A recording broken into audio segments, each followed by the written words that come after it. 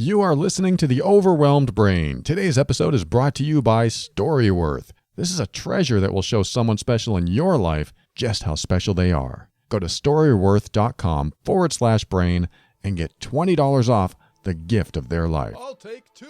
Are you annoyed by affirmations? Are you tired of that same old, rehashed personal growth advice that all seems to boil down to, think positively and all your problems will go away?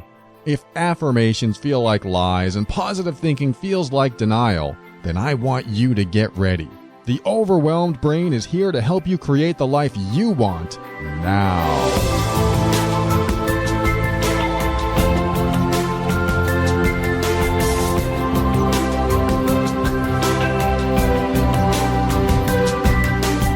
Hello, this is Paul Coliani, personal empowerment coach and host of this show that I call The Overwhelmed Brain. And this is the personal growth show for the critical thinker.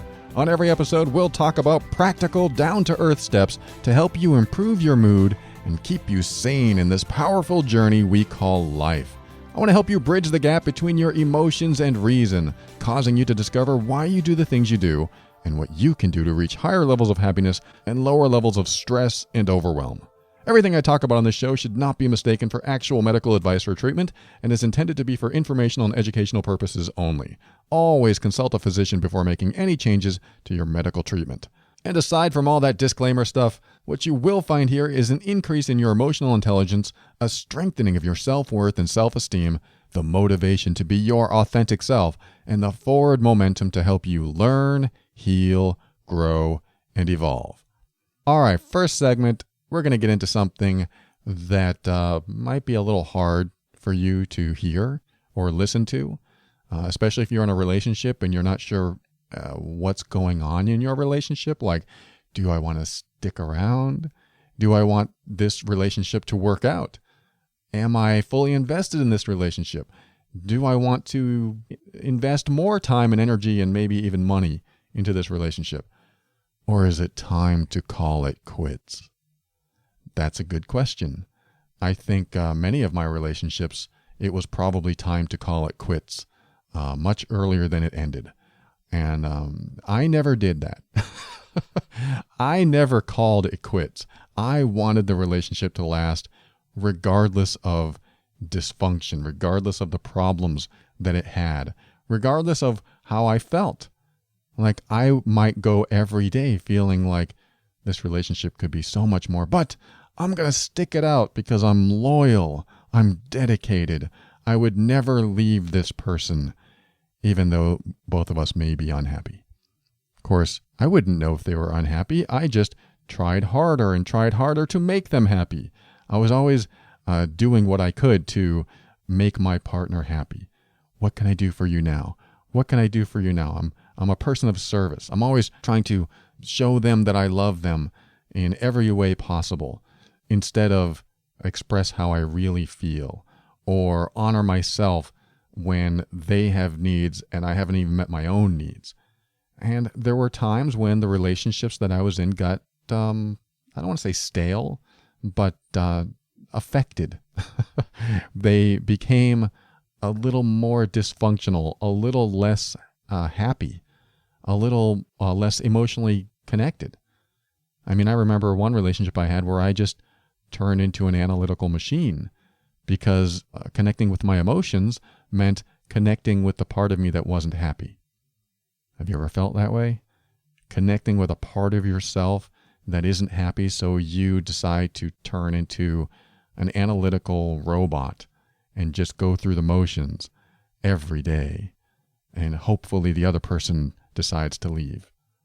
I had thoughts of like, what would happen if the other person left? Would I be happier?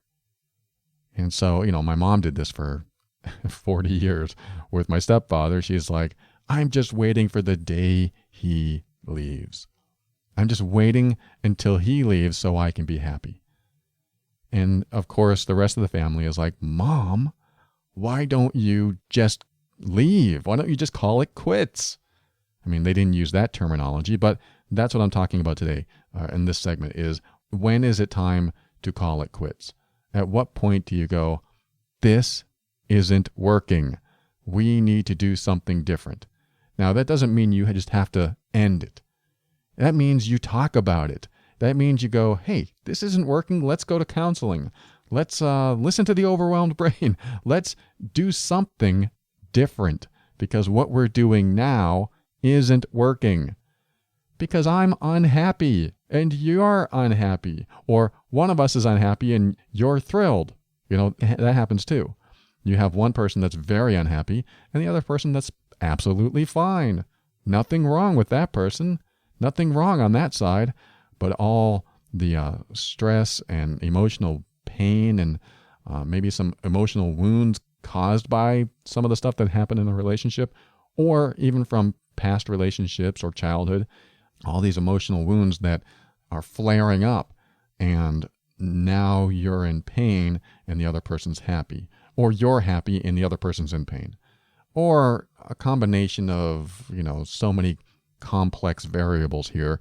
It could go a multitude of ways. But what I want to do is I'm going to read you a list of 20 items that you can compare or evaluate next to your relationship, or, past relationships, or think about for future relationships. This is all about at what point do we need help? Because I think that's the first place you should go in a relationship when things are going wrong. You should find some sort of help. And that can start with each other. I mean, you can say, I want to help our relationship somehow. You wouldn't necessarily say that to your partner. You just say that inside you. You go, this relationship isn't working. There's something missing. There's something wrong with it. There's a problem. There's a challenge. So something needs to change. Because let me ask you a question. Regardless if you're in a relationship or not now, think of a relationship that you've had where it ended way too late. Like it should have ended a year ago. It should have ended 10 years ago, whatever. And then it finally ended. And even though it might have been painful or a lot of challenges came up because of it, think of a relationship that you've had or the one that you're in now and ask yourself this question. If we're together for the rest of our lives and this is the way it's going to be the whole time, will that be okay with me? I mean, it's a good question, right? If the way our relationship is today is going to be the way it is from this point on until we're dead, if you want to be blunt, will that be okay with me? Because if the answer is no, then you may need to do something about it, because you don't want to live your life every day doing something you don't like. You don't want to be with someone that you're having problems with every day or most of the time. So answer that question and be honest. If this is the way it is for the rest of my life, will it be okay? If the answer is no, then I think it's time to talk about it, do something about it, get help in some way. So now that you've answered that question, and again, this could be regarding a previous relationship, or you can take this with you into a future relationship. So when you get into it, you can ask yourself that question every now and then. If this is the way it is every day from this point on, will it be okay? Now, you could have a bad day. If today's a bad day, you had an argument, and everything's been going well, don't compare this day to every other day. You want to look at a pattern. The pattern of the past few weeks, few months, few years. Has that pattern been a productive, happy, healthy, progressive, nurturing, supporting, loving pattern that you want to continue? Or has it been a downward spiral and it gets worse or doesn't change and you don't like the way it is? It's hard, it's painful, so on and so forth, because past patterns represent future patterns. What's happened in the past for the past few months usually represents what's going to happen in the next few months. What's happened in the past few years usually represents what's going to happen in the next few years. Not always. If you're working on yourselves, if you're doing a lot of introspection and personal growth and healing and working on the relationship as a whole, then the minute or big changes that you see could continue and help you both get into a better place in the relationship. So there is that. But look at the pattern. Has the pattern changed at all? Has it been the same? Most of the time, I'm going to say 95+% of the time, when the pattern hasn't changed, it won't change. Whether it's a few months or a few years or many more years, when the pattern hasn't changed, it won't change.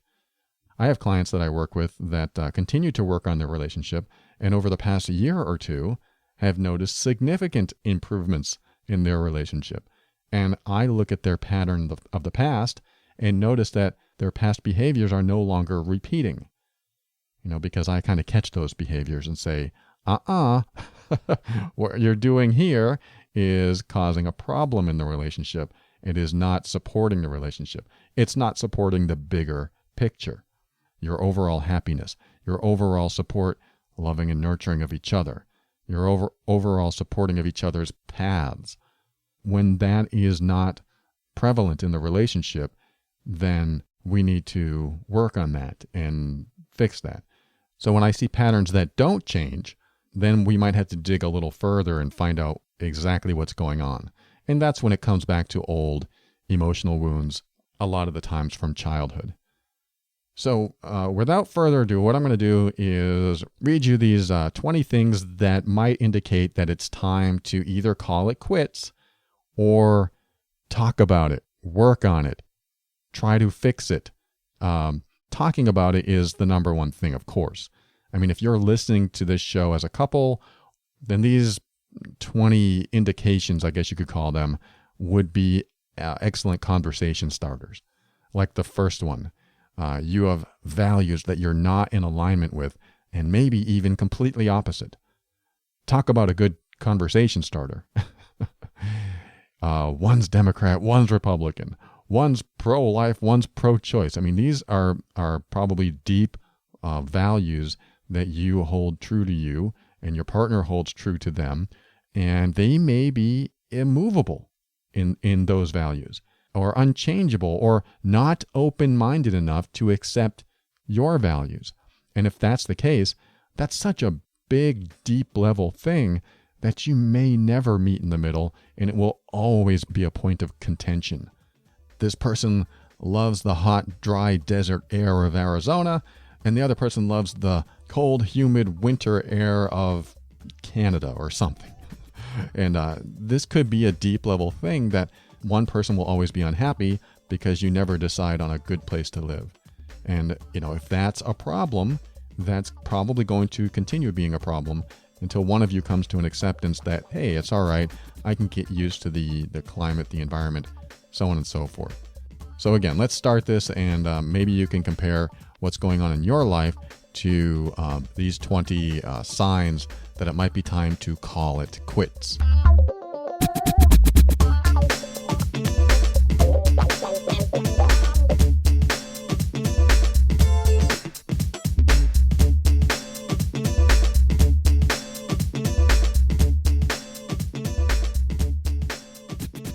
Are you ready? Number one, I just said it. It is you have values that are not in alignment and maybe even completely opposite of your partner's. This isn't a deal breaker all the time, but it can cause a lot of strife, stress, and contention in a relationship. What is a value? A value is what is important to you. What is important to you about work? What is important to you about your job? What is important to you about your relationship? What is important to you about a partner? What is important to you about life? This is the big picture of many areas of your life that if you aren't in agreement at that big picture level, can cause problems. Doesn't always cause problems, but there can be issues that come up. And if those issues aren't resolved or agreed upon, or at least agreed to disagree upon, then that could certainly be one of the signs that it might be time to call it quits. Now, don't take any of these as individual deal breakers. Just take them as if you have a combination of these, then you need to seriously consider what to do next in your relationship. And again, calling it quits doesn't mean you just end it. You might need to talk about it, which I recommend, or seek counseling, therapy, coaching, whatever you need to do if you want the relationship to continue. If not, then you can use these as part of your reasoning strategy to exit, if you want to do it that way. Number two is if you can't trust them. Yes, one of the signs or indications that it's time to call it quits is if you can't trust them. And one thing you can do to kind of test this out for yourself is ask, what would your life be like if you could trust your partner? What would life be like if I could trust my partner 100%? How would that feel inside? What would our life look like? And then ask yourself, do I think I'll ever feel this way?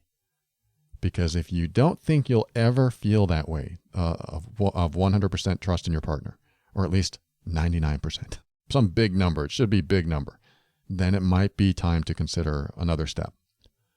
Number 3 is they refuse to go to counseling with you. I think that's vital. If you're in a relationship and you say, you know what, I want to go to counseling, and your partner says, counseling, that's for losers. It's too late. If you're talking about going to counseling, then it's over anyway. I'm not going to counseling. If they're like that, they refuse to go to counseling, there's another sign, because counseling isn't a problem. It's part of a solution. And if your partner thinks that there is no problem and counseling is a waste of time, then by not even entertaining it, even for your sake, then there's less hope that any challenges will be fixed. All right, number 4 is they blame you for all the problems and take no responsibility for the role they play in the relationship. I've talked about this in emotionally abusive relationships, where it's all your fault. There's nothing wrong with me. It's all you. As soon as that there's nothing wrong with me comes into the picture, that's a problem. Because both people are part of a bigger equation. The equation involves both of you. Even if they're right and you're wrong, they're still part of the equation, because there wouldn't be an equation, i.e. there wouldn't be a problem, if they weren't in it. It's codependent dysfunction. Someone has a dysfunction, the other person is there to feed it. Even if the person feeding it is doing all the, quote, right things. When there's 2 people in the equation, they're both part of the equation, which means they're both part of the challenges, they're both part of the, quote, problems, and it's important that both people take responsibility for their role, even if they believe they're right. At least saying, hey, I know I have some responsibility in these challenges that we're having. So let's both look at this together and see where we can both improve, because there's always room for improvement on both sides. And if they choose not to take responsibility, then that's almost like saying, I don't care if the relationship is in the state it's in. It doesn't matter to me. I mean, this might be my own opinion, but I think that's what happens, is that, oh, there's a problem in the relationship? Well, you're the problem, not me. Now I understand where you stand. You really don't care if I'm happy or not. You just want me to go take care of it, and you have no problem whatsoever, and then come back to you when I'm all fixed. Yeah, that's a problem. I think that needs to be addressed, and both people need to take responsibility for the role they play. All right, number 5 is they hide things from you. They lie, they deceive, or even cheat. They maybe even steal from you. If this is happening in your relationship, that's a sign. That's an issue that needs to be addressed. And if they can't stop, then you need to come to a place inside of you where you either accept that behavior, and I hope you don't, but you can if you want, or it needs to be corrected. It needs to be addressed. Talking about it or counseling or what have you. That's a big one. Number 6 is you have to hide things from them because you know it will upset them. I remember my first long-term girlfriend, her best friend, said, I'm going to go to the beach. And my girlfriend's like, oh, you're going to take, I don't know what his name is, John, Rob, whatever. You're going to take him with you? And she's like, what? I would never tell him I'm going to the beach. He would get upset. And I thought to myself, what? What does that even mean? He would get upset, so you're going to hide it from him? I mean, I don't think I asked her that, but I thought that inside. I'm like, I wouldn't want a relationship where I had to hide what I was doing from the person I'm supposed to feel the most safe and the most trusting and trusted by with. I wouldn't feel good not being able to express myself fully. So I see that as a sign that, hey, maybe this is a problem and it needs to be addressed. Number 7 is they talk down to you or about you. with others. I think that's more important than a lot of people understand. I used to be this way. I used to talk down or make fun of the person I was with because it made me laugh. I joked about it.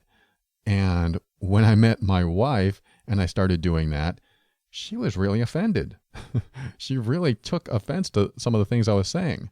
I would maybe comment on some other woman, like, oh, I might end up with her tonight, as a stupid, immature joke. And she would say things like, why would you say that? And I had to stop and go, whoa, this is the first time I've been challenged for joking like this. And we had to talk about it. And I realized my behavior was not supportive of her and the relationship.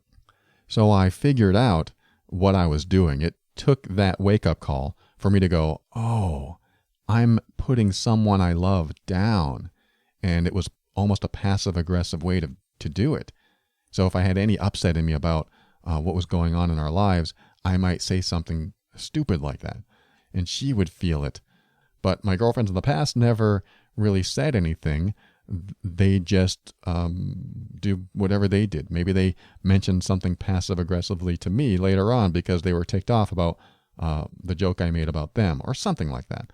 But that really started to enlighten me when my wife started telling me, wow, what you said really hurt. Or, wow, why would you say something so mean?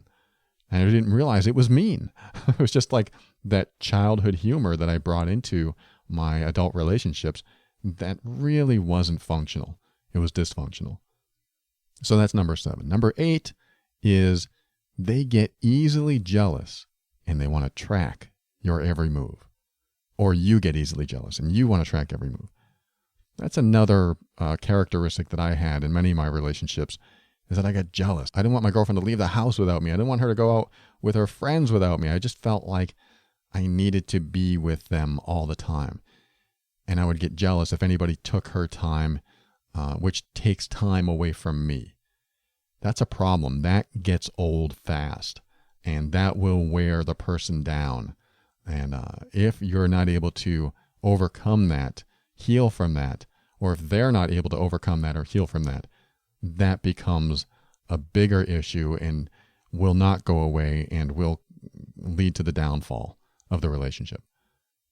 Number 9 is they're willing to change for you, but not for themselves. I'll do anything for you. Please don't leave me. But they won't change for themselves.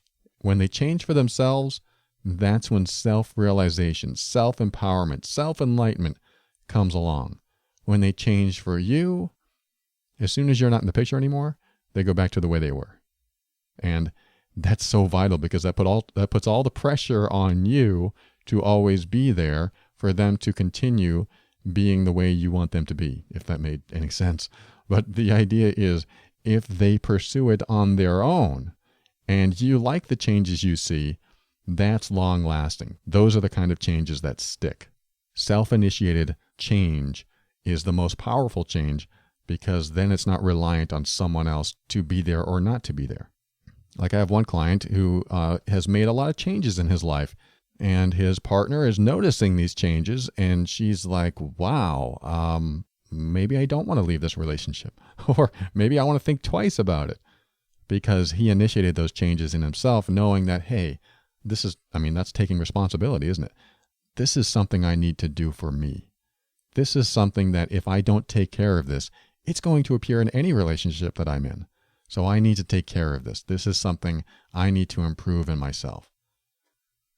Number 10, the sex is stale or selfish, which might even be along the same lines or worse, is that the sex that you have together is, I don't want to say repetitive, but just not enjoyable, at least for one of you. And it's usually not enjoyable because of selfishness. If your partner is into it for you, it's enjoyable. If your partner is into it for themselves, that's okay too. But if it's only for themselves, then that's when it becomes stale. So that's why it's important to have good quality, reciprocal sex, unselfish, wanting your partner to be happy. And yes, that may involve spending a little extra time making sure your partner is happy in that area. I won't get any deeper than that, but I think you know where I'm going. When it becomes selfish and it's all about one person, then that's going to get old. And one of you is going to have thoughts of, well, is this going to be the way it is for the rest of my life? Is this how sex is going to be? I don't know if I want this. That might be one of the signs to call it quits. If that can't change, if you talk it out and it won't change, or you go to therapy or counseling, it won't change, then maybe that might be one of the signs to call it quits. All right, number 11 is you show signs of emotional abuse. Like, and this is a big one, being made to feel guilty a lot. If your partner makes you feel guilty more often than not, or all the time, that is a major red flag of emotional abuse. And unless that changes, that really paves the way to escape that kind of relationship. If you're made to feel guilty, most of the time it's because your partner doesn't want to feel any emotional pain or strain, so they push all the pain and strain onto you. And as long as you feel guilty, you'll stay in the relationship out of guilt. That's no way. Again, use that fallback question. If this is how it is for the rest of our lives, will it be okay? Because if not, it might be time. Number 12, all of your friends and family hate your partner. Now, this isn't always 100%. Some people just don't understand your partner. But it is a sign of something. Something's there. Everyone hates your partner, but you? That makes you wonder, what are you blind to? That may not be true. You may not be blind to anything. You may be the only one who sees your partner the way other people don't see them. But try to ask your friends and family that don't like your partner exactly why. And stay open-minded and figure out what they see that you don't see, because there might be something there. Now, number 13 is very similar in an opposite direction, which is all of your friends and family love your partner, but they can't see what you see in him or her. That's very typical, again, of emotionally abusive relationships, is that your partner gets along with everyone wonderfully, but he or she is subtly abusing you in the relationship, and you can't pinpoint how they're doing it, or you can't figure out exactly how to explain what's happening to your friends and family. They just see them as the most wonderful person in the world, but you see a different side of them. And again, you might feel guilty a lot. You might feel responsible for all the problems in the relationship, and they might point the finger at you as the person who's causing all the problems in the relationship. That's definitely a sign of emotional abuse. Number 14 is they embarrass you. My stepfather embarrassed me for the 20 years that I lived at home. He embarrassed my mom. He embarrassed our entire family. Every time we went out, as soon as he finished his first alcoholic drink, he would become embarrassing. I remember a specific incident that I won't mention because it's kind of a personal thing that happened between my wife and I when I was married. But we were over a couple friends' house, and she did something that totally embarrassed me. Now, fortunately, she didn't do it all the time. If she did, then I would definitely have considered, getting help, calling it quits or something. But it embarrassed me, and I was just appalled, I guess, that it was happening. And so that's just one incident, fortunately. But if it happened over and over again, it might be a consideration. Like, I don't like to be embarrassed. I want to be proud of the person I'm with. I want to show off the person I'm with, not hide in shame or fear that someone's going to look at us and go, what is wrong with you two? Or what is wrong with your partner? So I think it's important to not feel ashamed or embarrassed to be with the one that you're supposed to feel happy and proud to be with. That's another sign. Number 15 is you want an emotional connection and they can't give you one.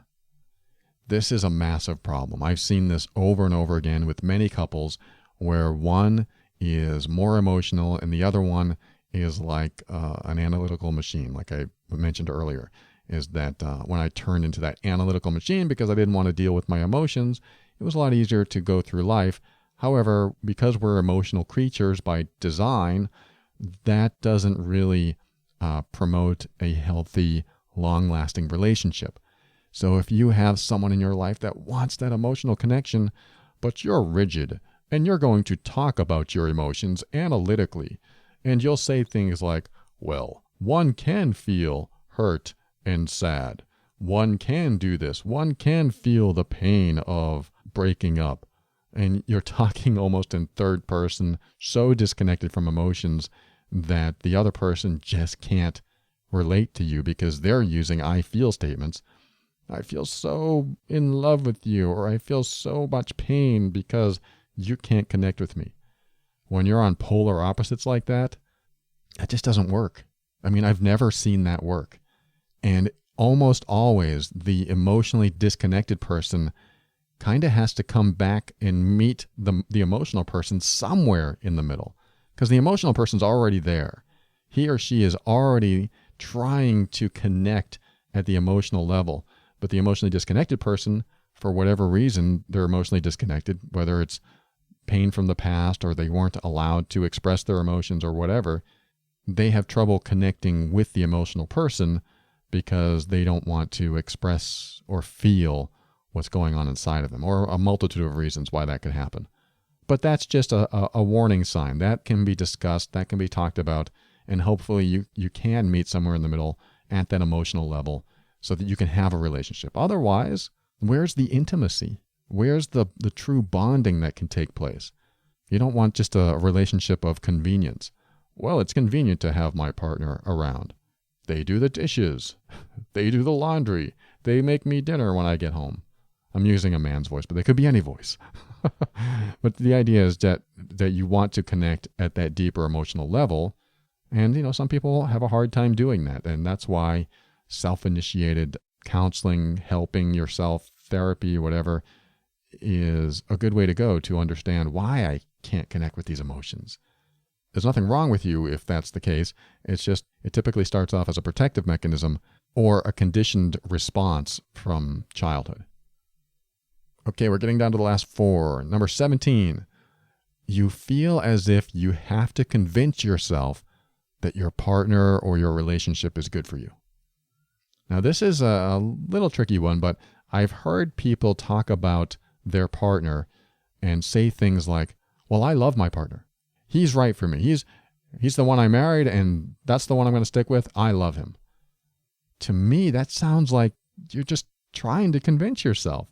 It's like, nope, this is the decision I made, and I'm going to stick with it. It's not like, oh, when I think about my partner, he's such a good person, or she's such a good person.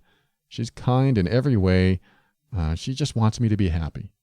And that's a lot different than, nope, I'm married to him, and I'm loyal to the end. Just sounds like maybe you're trying to convince yourself more than anyone else. So that might be something you want to be aware of. Number 18, you love them, but you're not in love with them. Now, I could go either way with this one. I mean, I think about older people that find a companion, or anyone that finds a companion, and they just love being with them. They just love them in all the ways you can love someone, but they're not in love with them. Whatever that means to you is being in love. So this is something you have to consider. Is loving them enough? Or is being in love with them enough? I think being in love is that extra boost that keeps longevity, that helps bonding, that really pushes people closer together. And loving someone is more of a, well, I could leave them anytime. I love them either way. There's a different feeling. There's a different vibe. Maybe I should talk about love and in love on a show one day, but you get the idea. It's like you can love a friend, but to love the person that you want to spend the rest of your life with the same way, I don't know. Like I said, I can go either way with that. It's just a consideration. It's a sign, a possibility. It's just something to talk about if you want to talk about that That might be a tricky subject to bring up. But if you're listening together, maybe you can talk about that. Are you in love with me? And that could lead to some heavy conversation. So be careful with that one. Because if you're happy together and then suddenly this ruins everything, don't tell me about it. I don't want to be responsible for that. Of course, it doesn't mean it's going to ruin your life. It just means that this relationship may not survive a conversation like that, especially if someone's not in love. So don't ask questions you don't want to know the answer to. Just warning you. Number 19 is they have a behavior or mannerism that you can't stand that does not appear to be going away anytime soon. This is very similar to number 14. They embarrass you. But, this behavior may not embarrass you. You just can't stand it. I don't like it. I don't like when you smoke. Even though you smoke outside, you come in and you smell like smoke. I can't stand it. I don't like when you drink. I don't like when you bite your nails and then put them on the coffee table. There are many things that people do, many little nuances that we all have. We all have these little nuances. But if they bug the crap out of you, that's just one of those extra things that add to the number of indications that maybe it's time to talk about it or call it quits. Again, these are not absolute. You add them all up. Like if you have more yeses than nos in this list, then it's definitely time to talk or get help. But it doesn't mean that a single one is the reason to end the relationship. And finally, number 20 is, and this is just a big picture, you're unhappy more than you're happy. It's a good gauge, isn't it? You can look at your life with your partner and go, have I been unhappy more than I've been happy? Or is the pattern that I'm unhappy more than I'm happy? Because if the pattern is that, it's likely not going to change unless you see improvements over the past few weeks or few years. Even past few days is sometimes hopeful, but I like to look at least weeks and months to see if the pattern is going to change. Patterns can change. You can become happier, but sometimes they don't, and you just have to be aware of that. So if you look at your life today and go, all right, is the level of happiness I'm experiencing now, if that's the way it is for the rest of our lives, will I be okay with it? If not, it's something to consider. It's something to talk about.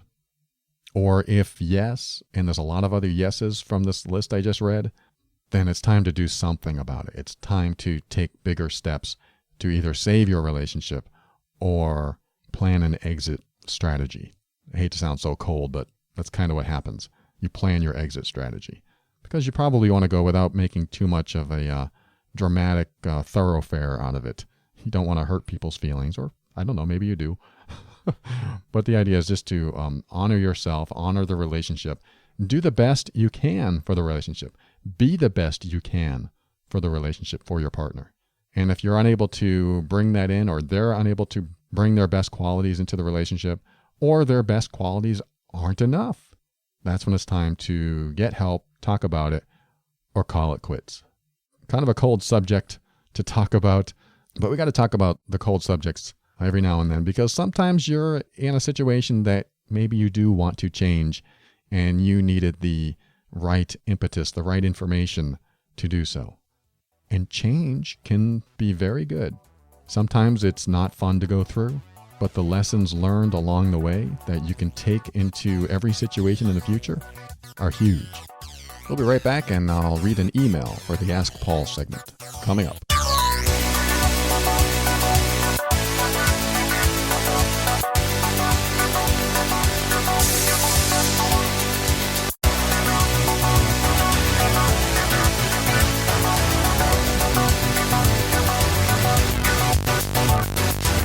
Well, the first time I mentioned Storyworth was back in, a December episode of The Overwhelmed Brain. It was at that time I gave the Storyworth gift to my younger sister. I asked her, hey, I want to send you something very unique that'll help you share your story and leave your legacy. And she was like, what? I said, it's a gift that will help you share your life with others in a very memorable way. She said, what's the catch? Are you trying to sell me an MLM? I'm like, no, it's not an MLM. It's a gift. It's called Storyworth. What's Storyworth? It's a new way to bring the family together. It's a conversation starter because it's your story. The basic premise behind it is that the recipient of the gift answers one question a week for a year. There's also an option to tell their story over the phone for those who don't like to type. At the end of the year, and this is the coolest part, all of the stories are bound in a beautiful hardcover book to share with anyone who wants to know them better. Not only that, you can upload photos from your life so that those end up in the book too. I mean, imagine opening a hardcover book of your mom or dad's life, or maybe a grandparent or a sister or a brother, and learn things that you never knew about them. Now, it's cool because I get a copy of the questions that my sister receives every week, and I'm really enthralled by her answers because I didn't know half the stuff that she's gone through. It's fun when she mentions things that I remember, that I was a part of, but I think I get more excited when she mentions me. I mean, it's kind of cool. She just said, my brother Paul. And I go, that's me. And I learned things about her that I never knew. And I learned what she was going through at different periods of her life and our life together. Now, if you've been listening to the show a while, you probably know a lot about me. Now, imagine knowing that much or more about someone in your family because you gave them this gift. I mean, I can't wait to read my sister's Storyworth book. There was so much I was a part of in her life. So the book is going to be a blast when she gets it. So I want you to get Storyworth for someone special in your life. This is a unique, one-of-a-kind gift that I know will be perfect for that special person in your life. Help someone keep the stories they tell forever. Help them create a legacy. Give the gift of family connection and lively discussion topics, and get ready for some powerful, emotional conversations. The book will have a life of its own and can be passed down into the generations. Go to storyworth.com/brain and get $20 off your subscription today. My sister is loving the process, and I know my girlfriend's mom is going to love this gift too. Again, storyworth.com/brain for your $20 off. And remember to use the promo code word BRAIN when checking out, because I want you to get this deal. Give the gift that keeps your loved ones engaged for an entire year.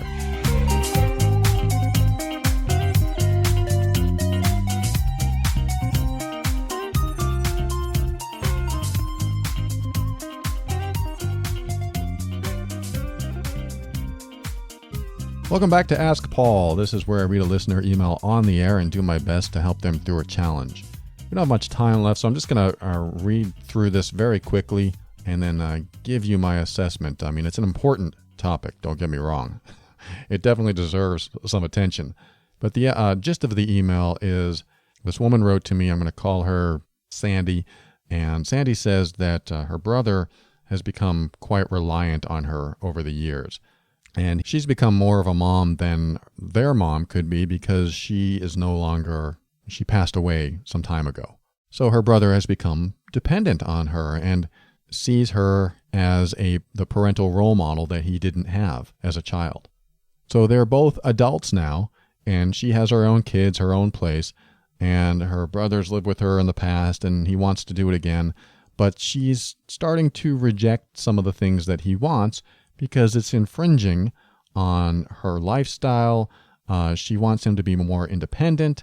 She wants him to, make his own money and find his own way in life, which is perfectly reasonable. When you become an adult, that's typically the path that you want to take. Find your own way. I mean, if you're physically and mentally capable of doing so. And it sounds like he is. But he has this dependency that is developed on her. And it doesn't help that she has been quite the people pleaser a lot of her life, and she even feels guilty when she can't find a way to help someone through a challenge that they're having. Sounds like something I'd say, helping you through a challenge. But she takes it to an extreme where if she can't help, she feels bad. I mean, there's nothing wrong with that. If you want to help people and it makes you feel good to help people, great. If you want to help someone and you can't help them, you shouldn't necessarily feel bad. But I understand how it can happen. So she goes on to say, life has turned me into an empathetic fixer. She's experienced a lot of isolation and pain, and she tries to make sure people feel supported when they're going through something. But now that she's been rejecting her brother is starting to reject her, and to her it's painful. He's ignoring her calls, or he's coming up with excuses why he's not going to come over to eat or to visit with her, and it's really bothering her. And she's wondering if this is manipulation on his part, which is a good observation. It very well could be. But she wants to know how she can make peace about a decision that she made to kind of force more independence in him that seems to have caused a rift in their relationship. She says, people often say, let it go. But what does that even mean? And how do you do that? And how do you leave the guilt that comes with it behind? So, Sandy, thank you for writing. Thank you for sharing this. And this is an interesting dilemma. So this is how I want you to approach it. First of all, if you are the mom, moms have that tough love option, which is something it sounds like you're doing. You're showing tough love. Hey, in order for you to develop independence, you need to go out on your own. You can't just rely on me and move back in every time you need a place to move in. And I mean, yes, you can do that, but you have your own children, your own life, your own bills. And unless he's paying rent and he has his own kitchen and bathroom and things like that, and it's totally separate from the house, it can become intrusive. It can feel like you're being infringed upon. Your privacy's not there. You can't even bring home a date maybe because it's going to be a little weird for them to see that your brother's living with you. You know, I don't know your entire situation, but you want him to move on. And you also, from the gist I get from your letter, you don't want to be the mother to him anymore. You want him to be independent. And you have every right to feel that way because you're both old enough. And I'm not going to say your ages because I could be talking about anyone, right? But I want to protect your privacy just in case someone you know is listening. But the whole point is you want your brother to live an adult life and take care of himself and then have a relationship as, like you said, a brother-sister relationship, family member. So yes, step one, tough love. You got that part down. Step two, what do I do with this guilt? How do I let it go? I don't think it's a matter of letting it go. I think it's a matter of, first of all, looking at the big picture, like, why am I doing this? Oh, yes, this will help him develop independence. And when you're in the mom role, sometimes you have to do things that your kids will disagree with in order for them to take the right path in life. And sometimes that doesn't work out. I mean, if you're a parent, you know what I'm talking about. You don't make it easy for your kids so they learn the right lessons, and hopefully they learn the right lessons and then they do the right things and then they're happier. And sometimes that doesn't work. So you never know what's going to work and what's not. You can only do the best you can. But you look at your life and you go, okay, what's the priority here? The priority here is I can either feed him a fish every day or teach him to fish so he can go out on his own and learn to feed himself and make his own life. But then there's the guilt, like you said, Sandy. The guilt comes because now I'm denying him, and I've never done that. And I'm a fixer person. I like to fix the situation, but here I am feeling guilty because I'm not fixing it. And it sounds like he might be in pain or he might be mad at me.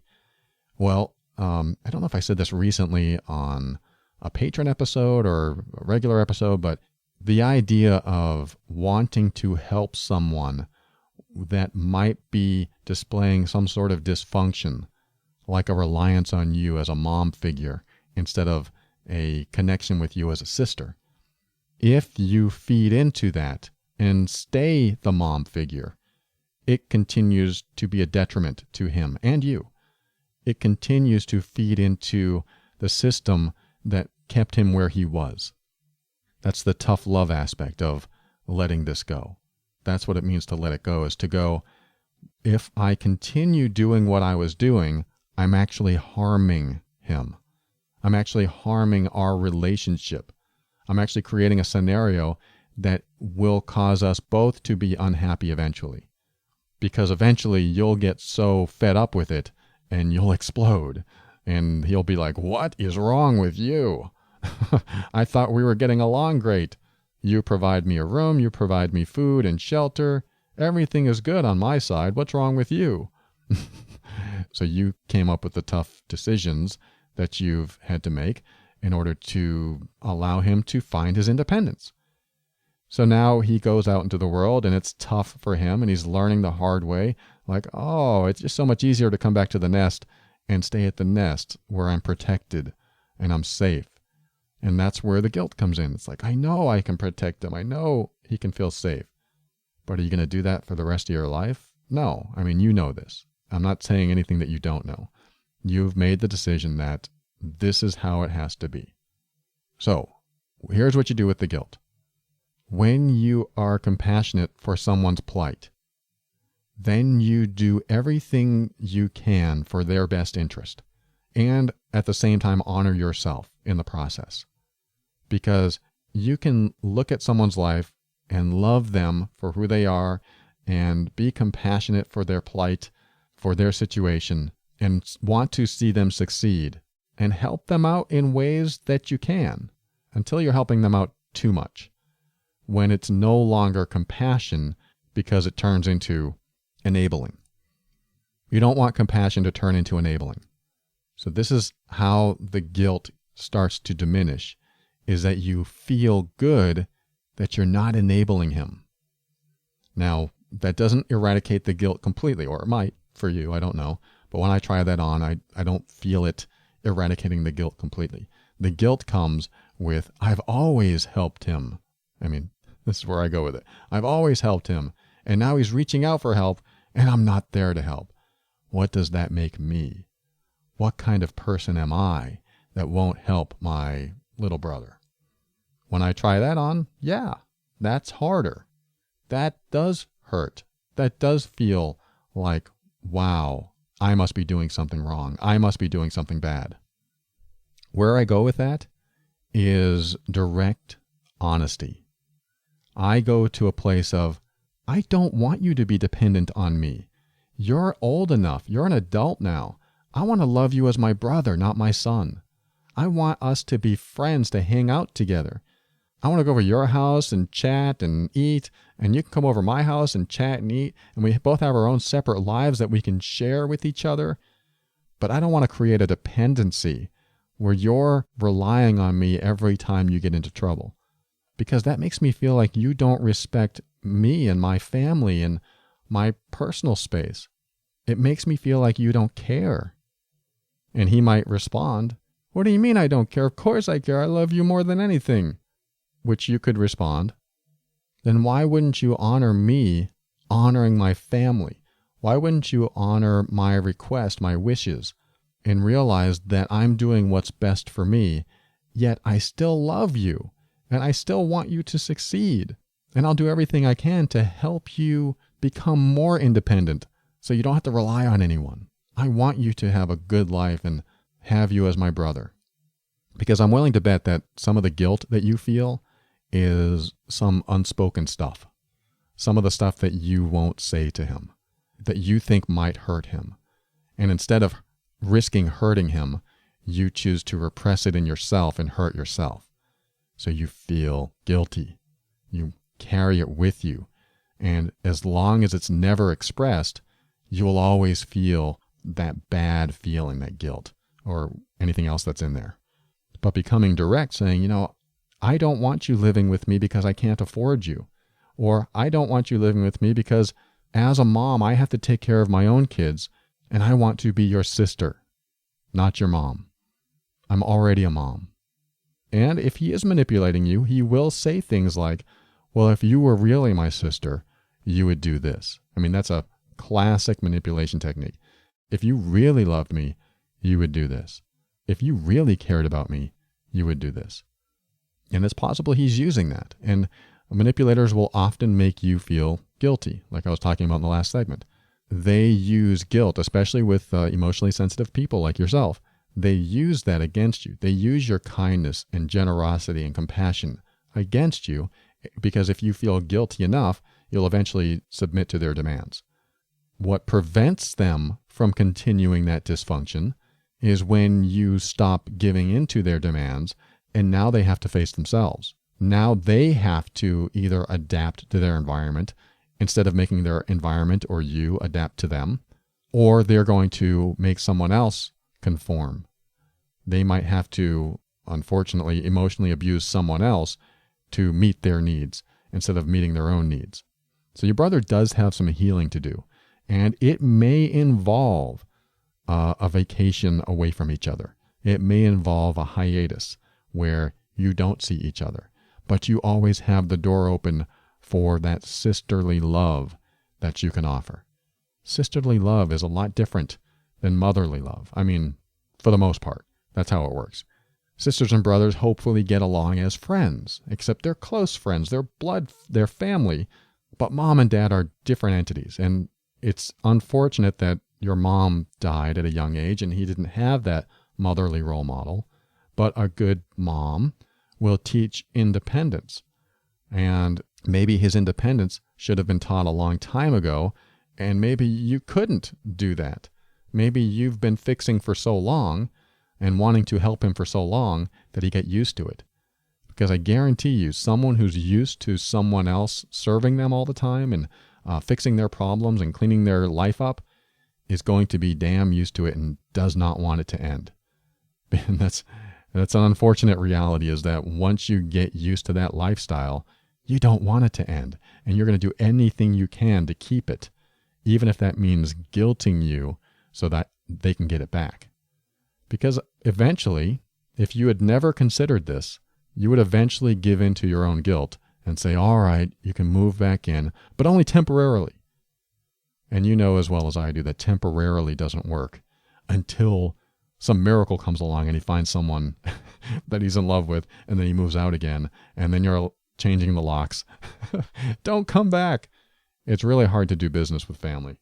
Not that that's business, but you know what I mean. It's kind of like if you loan a family member $1,000 and they never pay it back, how do you approach it?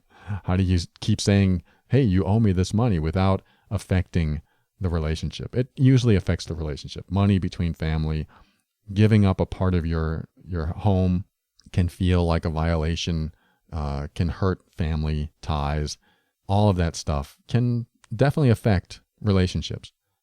But where I want you to go, because your question is how do you let it go, is to realize that you're the captain of the ship and you have to make hard decisions and people will get hurt. That's not easy, especially for someone emotionally sensitive. But you step into a leadership role and you look at what's most important. What is most important? I tell you what, I bet you your kids are pretty damn important. You probably want them to have healthy relationships where, yes, they can show compassion and they can help others, but in a healthy way where it's not draining, because people pleasers drain themselves by pleasing others to their own emotional deficit, where they just can't help anymore and then they feel burnt out, which is probably where you got to, is if you help too much, you get burnt out. So one of your main priorities is, yes, your children. Another main priority is, yes, you. Compassion for self first, before compassion for others.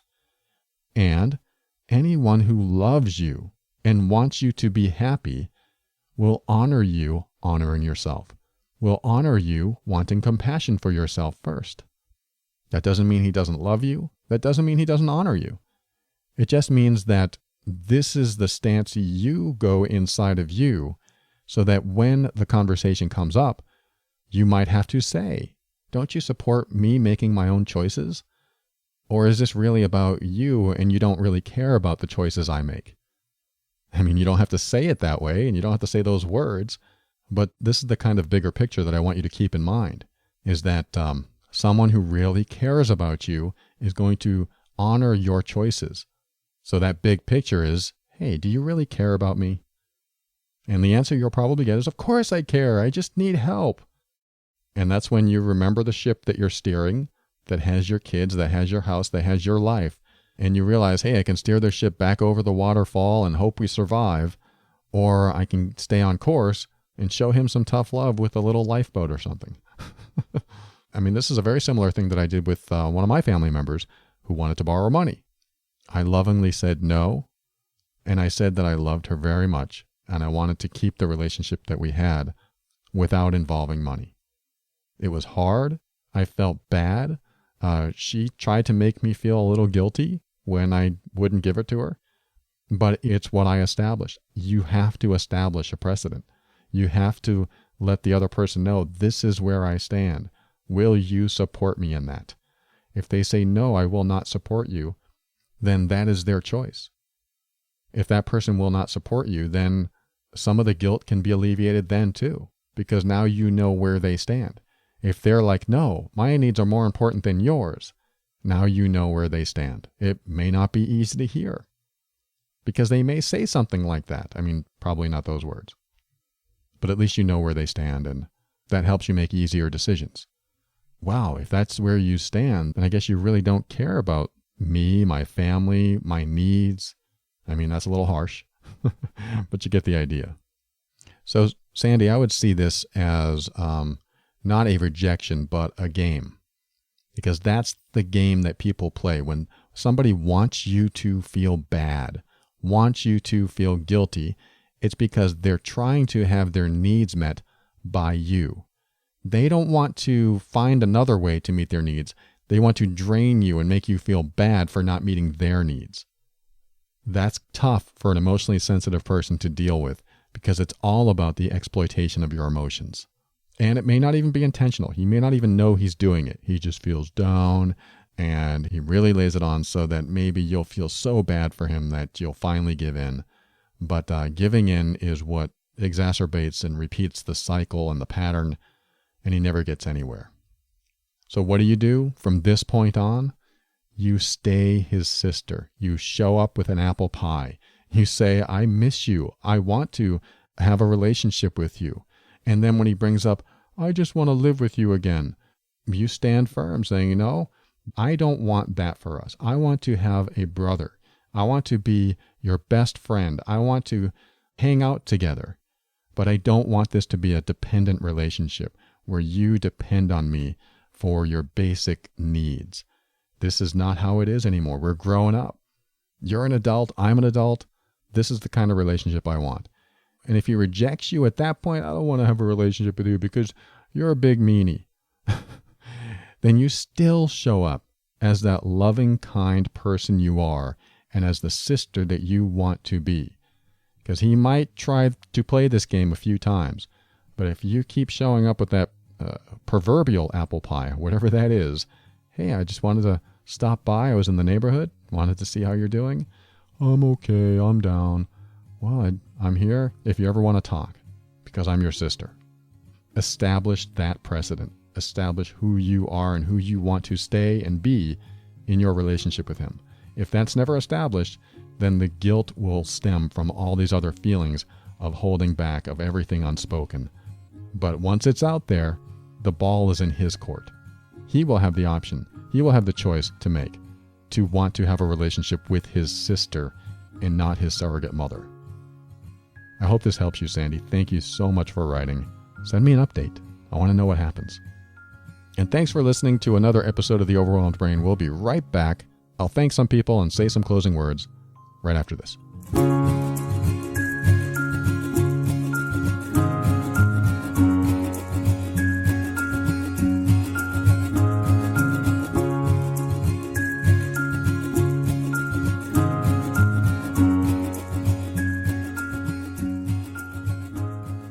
Thank you for listening to another episode of The Overwhelmed Brain. I want to thank the reviewer in iTunes who called themselves Sparkle Mills.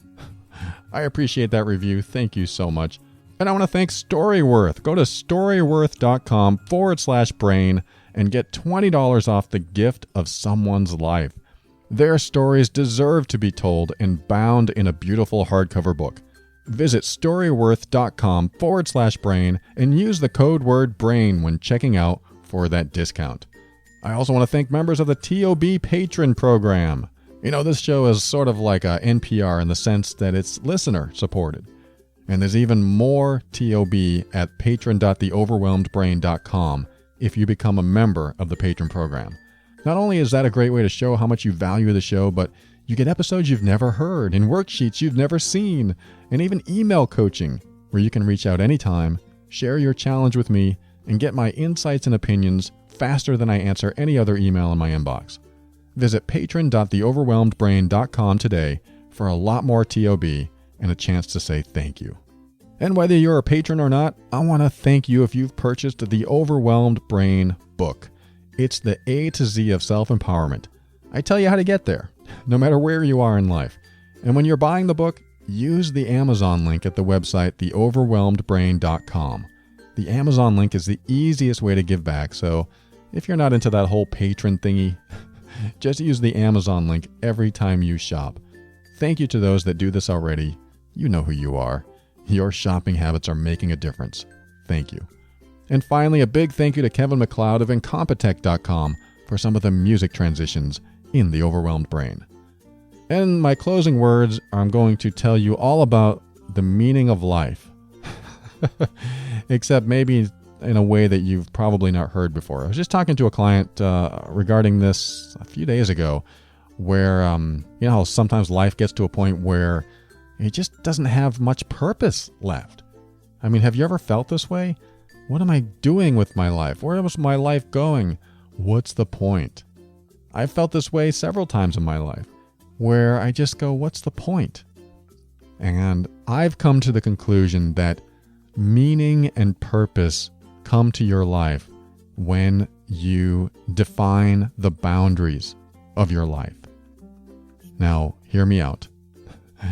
Boundaries as in personal boundaries. Not only do you define your personal boundaries, but you honor them. Now, let me tell you what this is all about. And this is the same analogy I used in my coaching session with this client. I said, you know how a dog enters a new home and he's learning about the new home, and he's sniffing around the house trying to figure out where the boundaries are of the house, and he's getting to know the people that live in the home and figuring out who everyone is, what's their role. Well, one of the things that a dog does when he enters a home is he looks for a pack leader. Like, who runs the show here? Who is the disciplinarian? Who is the authority in this home? Because that's the person I'm going to listen to. And that's the person that's going to define the structure in my life. When the pack leader's around, I know what to do. I do exactly what the pack leader says, and I follow the rules, and guess what? I'm happy because of it. I learned this from reading Cesar Millan's book on how to communicate with dogs, is that dogs will look for a pack leader in any group of dogs or people. The problem is when they don't find a pack leader and everyone wants to be the dog's best friend, they have no structure, they have no organization, and now they're just best friends with everybody, or they could be possessive to one person, which happens too. And there's all kinds of things that could happen when there's no clearly defined pack leader. But one of the things that happens is that a dog can develop anxiety. It can start peeing on the floor. It can start barking when you're not home. It can do all kinds of neurotic behavior because there's no structure in the dog's life. And when there's no structure, the dog doesn't know what to do. It actually goes into some, I'm going to say it even though it's not true, bipolar mode, where it has to become the pack leader and the best friend to everyone that's in the house. And that can be difficult for some dog breeds, is that they don't know how to be both. So they act, the word Caesar uses is neurotic. They act neurotic. But when there's a clearly defined pack leader, one who makes the rules, one who maybe takes dog training classes and knows how to show discipline to the dog and create structure for the dog becomes safe and comfortable and knows what to do. And this is something that I liken to our lives too, is that when we don't have clear structure in our life, we have less meaning. We have less purpose. We feel like, what's the point? There's less structure in the sense of defining our own boundaries, defining our sense of self. How do you define your sense of self? You start honoring your boundaries. You start honoring yourself. And if you think, well, I don't even know who myself is, well, I guarantee that you know what you want and what you don't want in your life. And those are your rules. Those are your boundaries. And when you start honoring what you do and what you don't want in life, and you're clear to others what you will accept and what you won't accept, that's how your sense of self starts to get defined. That's how purpose starts to get defined. That's how meaning starts to get defined in your life, is by stepping up and honoring yourself. So when someone is disrespecting you and you won't accept that, or you don't like it, and previously you didn't say anything and just swallowed those negative emotions, instead of doing that, you might stand up and go, you know what? I don't like being disrespected. You have no right to disrespect me. I want you to back off. Whoa. Imagine doing that. Or maybe you do that. And the more you do things like that, the more you honor yourself, the more you honor your boundaries, the more the structure of you is defined, the more of your foundation you create. Because you know what? There's nothing better than having a solid foundation to return to inside yourself. When it's not solid, when it's unstable, when people can cross your boundaries and walk all over you, then there's less meaning in life. There's less purpose. You feel hopeless. And I don't want you to feel that way. I want you to be able to stand up for yourself and honor yourself and respect yourself and be a person that is in alignment with their values and be a person that honors their boundaries, because by not doing so, you take away meaning, you take away purpose, you take away that sense of self. And suddenly, what do you have left? It doesn't feel very good. So I want you to keep that in your open mind and step into your power and be firm in your decisions and actions so that you can create the life you want. Always take steps to grow and evolve. You know, you are powerful beyond measure. And above all, and this is something I absolutely know to be true about you, you are amazing.